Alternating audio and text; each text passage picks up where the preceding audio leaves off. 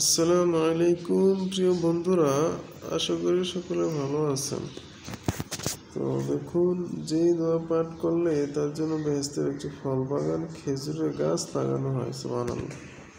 তো দেখুন, আমরা খেজুরের গাছ মানে আপনি দুনিয়াতে বসে আমল করবেন, আপনার জান্নাতটা সাজানো হবে এবং গাছে গাছে দিয়ে আল্লাহ বড় করে এই আমলটাই জানবো আজকে।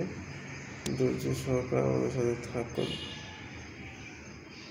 হাদিস শরীফে আছে, হযরত জিবরাইল আলাইহিস সালাম বর্ণিত, তিনি বলেন, যে ব্যক্তি নিম্নলিখিত তাসবিহ শরীফ একবার পড়বে, কয়বার? একবার, তার জন্য বেহেশতে একটি খেজুর গাছ লাগানো হবে। চিন্তা করা যায়, ভাবা যায় কত বিশাল বড় ফজিলত। দুনিয়ার কোনো খেজুরের গাছ, জান্নাতের খেজুরের গাছ লাগানো হবে। ওই জান্নাতের খেজুর গাছে কি পরিমাণ খেজুর ধরা হবে এবং কত মিষ্টি হবে খেজুর। এই জন্য বলা হয়েছে, এই আমল যদি কেউ করে তখন বেহেশতে তার জন্য একটি খেজুরের গাছ লাগানো হবে। আমলটি হলো সুবহানাল্লাহিল আযীম ওয়া বিহামদিহি, সুবহানাল্লাহিল আযীম ওয়া বিহামদিহি, সুবহানাল্লাহিল আযীম ওয়া বিহামদিহি, সুবহানাল্লাহিল আযীম ওয়া বিহামদিহি।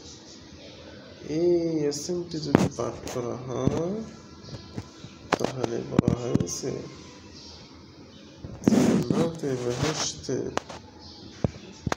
একটি খেজুরের গাছ লাগানো হবে ব্যক্তির জন্য। সুবহানাল্লাহ, সুবহানাল্লাহিল আযীম ওয়া বিহামদিহি।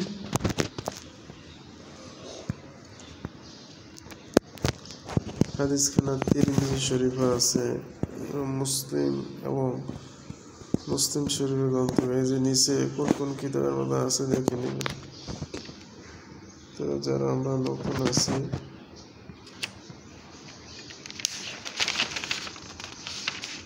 তারা আমরা সকলে দুষ্ট।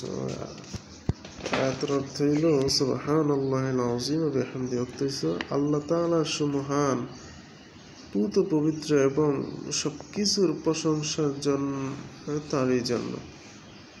তাসবিহ শরীফ একবার পাঠ করবে তার জন্য বেহেশতে একটি ফলবান খেজুর গাছ লাগানো হবে। যে খেজুর গাছের মধ্যে কি ধরে রয়েছে ভাই? ফল ধরে রয়েছে, ওরকম একটা খেজুরের গাছ লাগানো হবে। সুবহানাল্লাহ।